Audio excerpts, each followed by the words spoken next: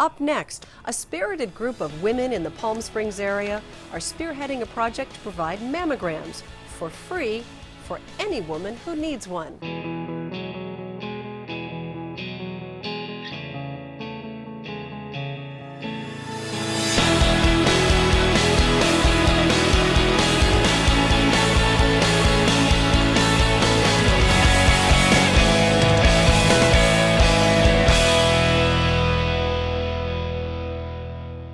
In the Palm Springs area right now, a luxurious part of the California desert known for its beautiful golf courses and equally lovely homes. But outside the gates of these luxe communities is a very poor population. Many of the groundskeepers of these fairways and gardeners of these flowers have no health insurance.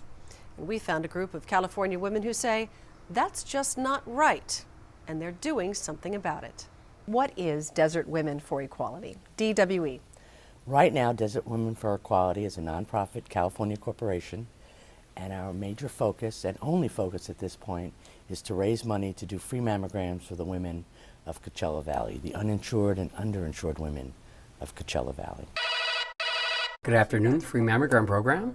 That's July 15th, and we're just now starting to take appointments for that. It was 2003. I had been in the desert for about 2 years and was not very active in any charitable organizations. I was building my law practice here.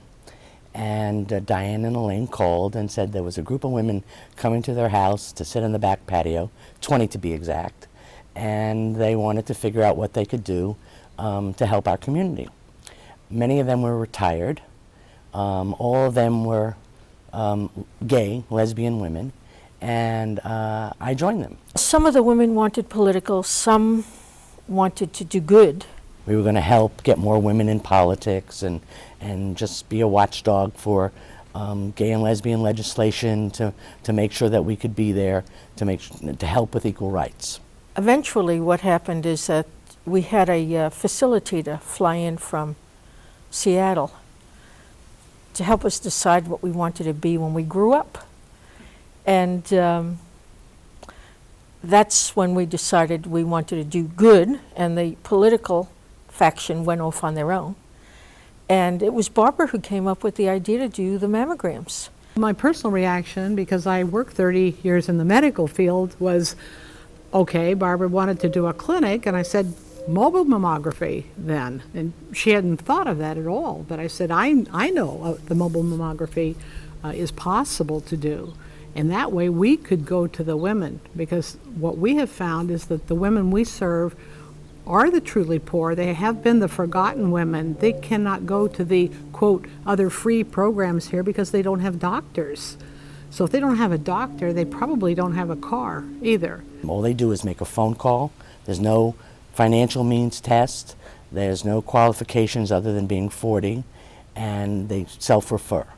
What we discovered that there were some other resources to get mammograms, but every woman needed to have a doctor in order to avail herself of those services.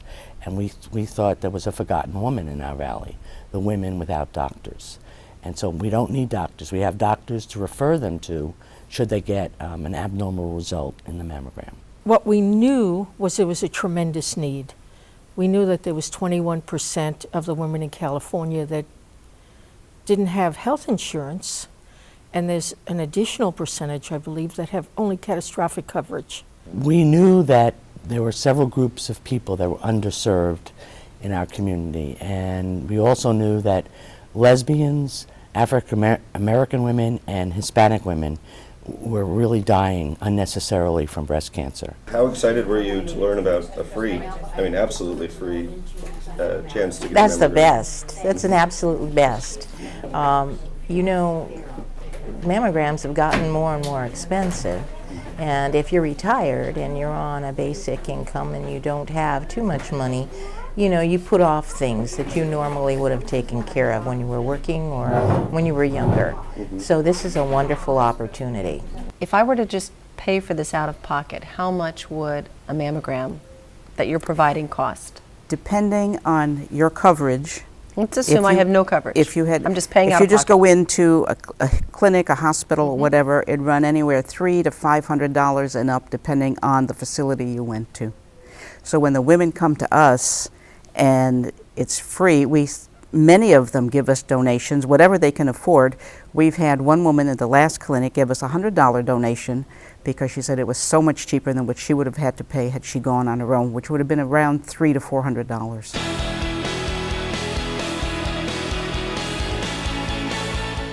The women that we're getting in now, a large share of them are saying, you know, I didn't think this would ever be me. I've lost my job now, or my husband's lost his job, or we were not able to continue on with our insurance payments, or COBRA. If there has been a job loss, COBRA is just not affordable for a family. So women are now seeking other ways to try to have preventative care. Do you mind me asking what happened? Did you lose a job? Did you Well, just money? my 30-year marriage went down the tubes and the health insurance went with him. It's tragic, that feeling, isn't it? I'm not alone. There's lots of other people same thing happens to. Have you used this free clinic before? No, I read it in the paper and my doctor's been after me to do it because I have a history of breast cancer in my family. So when you have a history of breast cancer in your family, you have to keep up the mammograms. The women are women that have worked, and they still be working, but they're working in jobs where they're making $8, $9 an hour, and out of that amount of money, they cannot pay for health insurance. They're just doing well to pay for their rent and their bare necessities. I was fortunate enough to see a notice on the bulletin board in my RV park. Mm-hmm. And how lucky is it to find a place that does it absolutely free? Well, this is very wonderful. Normally, I'd be paying, $50 to $100 at least for a mammogram. So it's a very good thing for me. Is it harder in a community like this where the wealth is so exuberant and the poor are so poor, for them to feel like the services are as available as in opposed to LA? You'd be shocked if I said, come for a ride with me, how many poor communities there are. And how many, it's a service town. And your service people, your waitresses, your hairdressers, and I can go on, your little tailor shops, your painters, people who paint the house, the gardeners, their wives. Sometimes I just go walking and hand it to the gardeners for their wives. And that's why we're so well received, because we're so needed. The wealth is conspicuous, but the poverty is terribly obvious when you go look for it. And keep these cards in the back of my car. And when I go into restaurants, I take some. You'd be shocked at how many Americans either don't have coverage or have catastrophic coverage that they have to pay. By the time they find out they have breast cancer, it's too late for real help because their coverage won't cover any preliminary preventative medical examinations.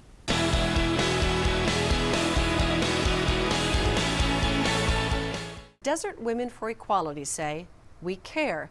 We care specifically for the uninsured and underinsured women in our area, and we care enough to provide free mammograms, no questions asked. Well, it's now clinic day for this group, and as you'll see, it's a busy one. Sharon, this is Ken Russell from the free mammogram program. I got your message, and we do have one opening. Cancellation just came up for March 11th, which is this Wednesday. It's going to be in Palm Desert. That is going to be at the Jocelyn Senior Center. We have done 1,060 free mammograms in the short 2.5 years that we've been in existence. And what we do is we advertise to the uninsured and underinsured women of our community, and we set up clinic dates. And right now we're doing one a month for the first 11 months of 2009. Okay, there's going to be a little bit of pressure, real tight like that. We have a mobile mammography unit that comes out of Laguna Beach, and women come. All they do is make a phone call. There's no financial means test. There's no qualifications other than being 40, and they self-refer. So you need me to disrobe, From right? your waist up off, and then there's a gown right over here. You want to put one on. This is your first mammogram then? Yes, it is. Are you nervous? Yes, I am. You go in and obviously you disrobe and you place your breast in between these two plates, plastic plates that the x-ray goes through, and your breast is squeezed so that they have as flat a surface as possible that the x-ray can read, so they can see what is in the breast, if anything, and then they take it from the side. It's 2 views that are done of each breast. It can be painful depending on the density of your breast or the time of month, because obviously your breasts are more sensitive at certain times of the month than others.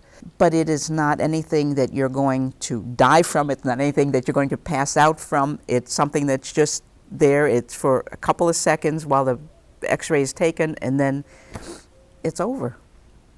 And those few seconds of pain or discomfort can save your life, and you can have peace of mind for another year. And if they need the treatment, letting them know that they need the treatment and giving them a place to go.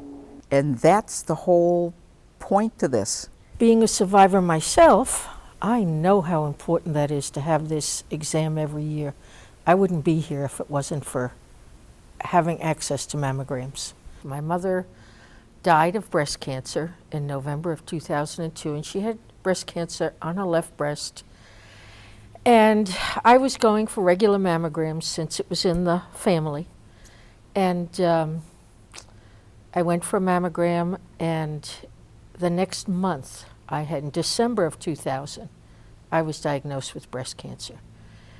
And knowing what I knew about breast cancer, I really moved very quickly. There was no laziness on my part. And I went to the doctor that my doctor went to when she had a lump. And I had the surgery, but I knew what to do, and I knew that I had the coverage to do it. And that's the critical thing. If you don't have the coverage, it's a death sentence. It's like watching sand in an hourglass. You know you're going to die. So that's why when Barbara brought this up, it became so important to me. I couldn't think of a better thing to do, because I knew that saved my life. So what does then happen? You get the abnormal result, you call them, and then what happens? What happens by law is within 30 days, the radiology company sends out a letter to the women advising them that their results are abnormal and that they need further care. We then call them, and the films are sent to our office. The women pick up the films there, and then we refer them on to other resources that can help them. There's a program called the Every Woman Counts program. It's a California state program. And if you need further care, they will give it to you for free. They do a means test for the further care, but they'll give it to you for free if you don't have finances, if you cannot afford it, and they'll give it to you on a sliding scale if you have more resources than maybe somebody else. But there are places to go to get help. And the point is, whatever information they get, if it's negative, you pass them on to the appropriate people to help them. They're not forgotten again. They're not forgotten. They will never be forgotten. Any woman that comes to Desert Women for Equality for a mammogram will not be forgotten. We would do whatever we had to do to make sure that she got further care. We had one woman at the very last clinic. She was 40, 41, had never been there, and she was petrified. But she knew she had to do this. And so we explained things to her, what happens, how it works, and so on and so forth. And we got her to laughing and to, think, okay, I'm going to do this, because she was on the verge of walking out. And we convinced her to stay. And I said, when it's over with, I want you to come back and tell us how it was. And she came back and gave us the thumbs up. It was okay. It just... Sorry. Why does it make you teary?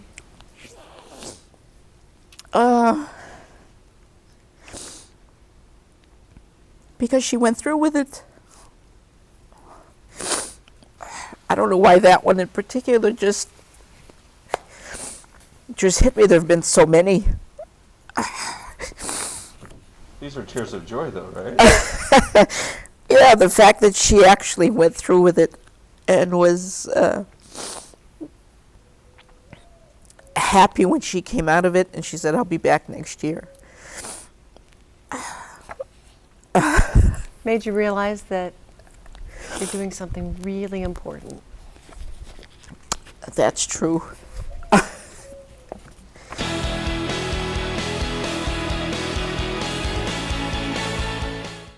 How do you feel working with this program?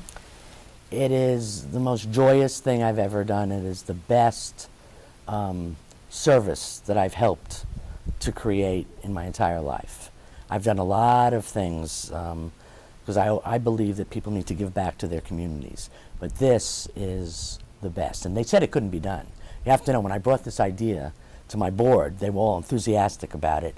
But everybody else I talked to in the medical industry and doctors said this is impossible, because you need to have a doctor's referral to have a mammogram.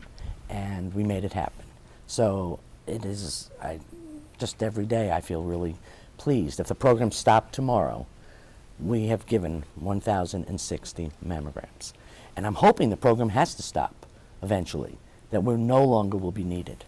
I don't think Americans are aware of how, I think the haves are not aware of how serious it is for the have-nots. And when I see children who don't have health care and women who don't have health care who are dying, or men who don't have health care and also develop cancer, it's a shame. It's just a waste. When we're spending so much on other things, we should spend it on health care.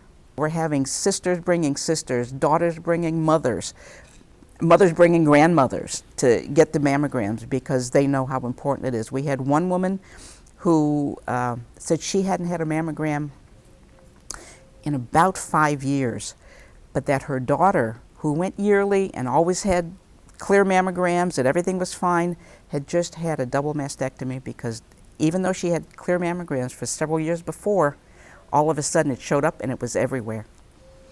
And she said that convinced her to come back and get a mammogram. I mean, it's stories like that that just make you feel good about what you're doing, that you really are helping people. One of the neatest ones we had was when we had 3 generations come in, and we had grandma and we had mom and we had the daughter, and the daughter was having her first mammogram at age 40 or 41. Her mother was having her first mammogram at age 60, and grandma was having her first mammogram at age 85.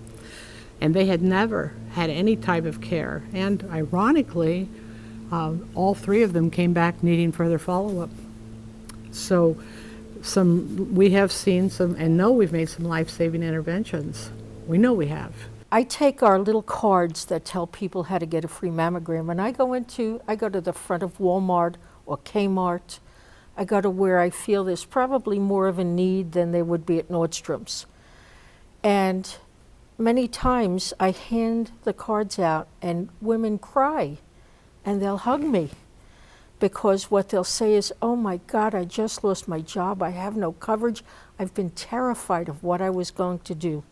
It just fills your heart that you see these women come through and they want to give you something for the trouble that you're going through, for doing what you're doing for them. And I don't know if anyone mentioned that, but the homeless woman who came in and got her mammogram and gave us her last $1.69 out of her pocket because she was so grateful. Some other women just $5, $2. They are so thankful and so grateful, appreciative for what we are doing for them because nobody else will do this for them. I had polio when I was a young child. And it just so happens that it came back when I turned 50, which ended up me getting COPD, because they used to put you in an iron lung, remember, when you were back in the 50s. Well, that affected my lungs, and one lung is just, really smaller. But now, as the last 5 or 6 years, I've lost the muscles in my lower half of my, legs and stuff. So, like I say, it's a challenge, but I make do the best I can to help other women. To me, I found this was the best way that I could give back to any woman or anybody was to do this.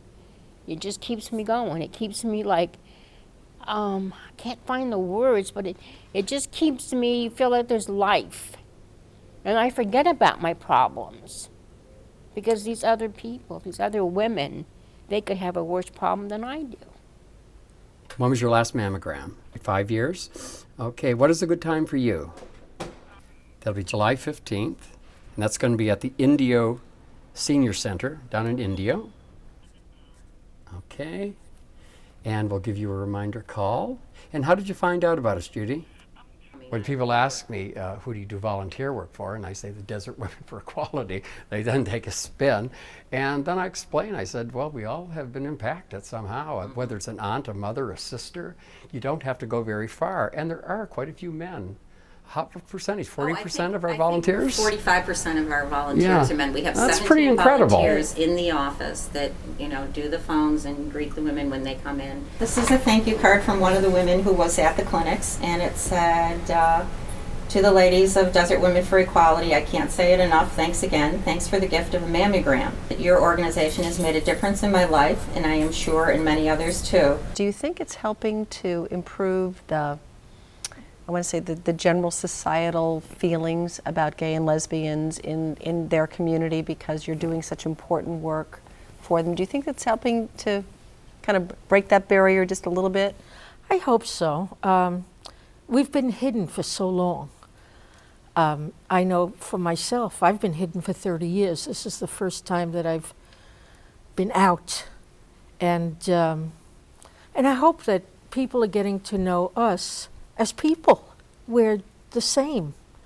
And that we're trying to do good is just because good needs to be done. I think it's vitally important for women to have this done, and I applaud the women that are here, you know, helping make this happen. At the end of the day, how well do you sleep? I sleep great. Doing this work? I sleep very well. I think knowing that you're doing good, and you're doing good just for good's sake, lets you put your head on the pillow and really feel like a part of the human race.